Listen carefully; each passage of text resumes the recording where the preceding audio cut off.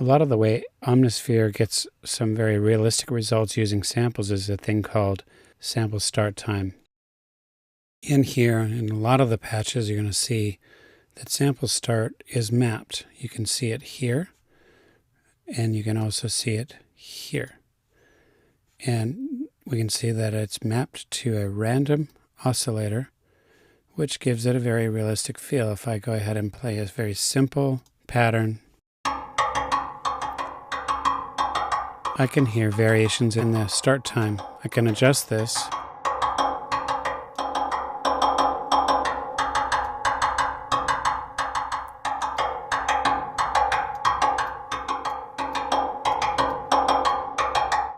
And sometimes the effect is quite subtle. To make it less subtle, I can take it off of random and put it on a straight LFO, which is just a wiggler. And you can see that that one is actually synced to my host at a quarter note. I'm going to up that to a half. And now you'll hear more of a continuity to it.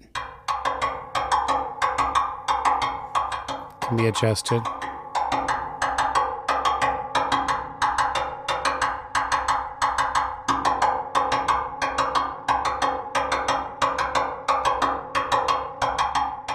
Now, how do we get the very most out of this ourselves?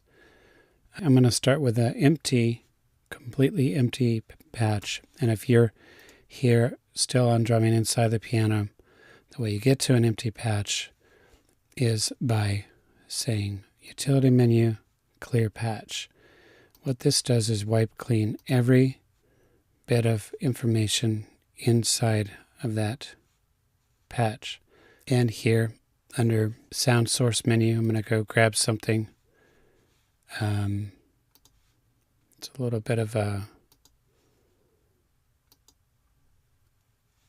crapshoot. If you want to hear what you're auditioning, you go to Settings, Audition, Autoplay. You can say for how many seconds you want to hear it. And that works for me. Now on my keyboard, I have a very unmusical sample. I can adjust the start time, but chances are I'm going to make a very badass line out of this thing with a little bit of skill and luck.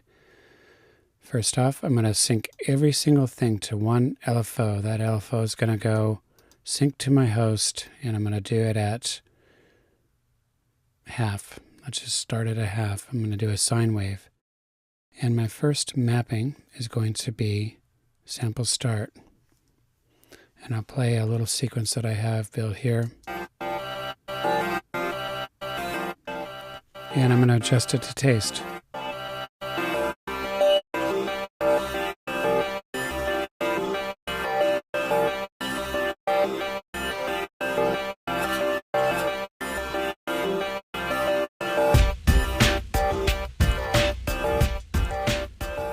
Now, I want to map several things to LFO1, but how do I do that? Because when I go here, I could do it this way by just calling up LFO1 and go sample timbre.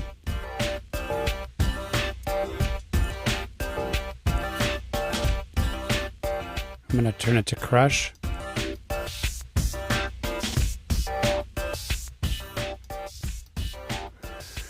I can also do it here by saying new modulation routing. I'm going to do LFL1, and this time I'm going to say that I want to do cutoff. Well, there's a catch. The filter's not on, but I can assign it, and now cutoff is working as well, but I have to put a filter on it to get anything out of it.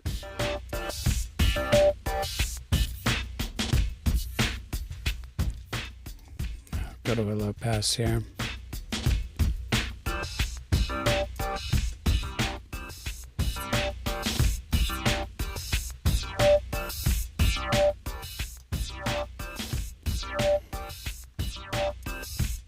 Now I've got a relatively interesting line, and I can, since they're all mapped to the same thing, including sample start, I can do just a couple of things and change everything. Listen to this.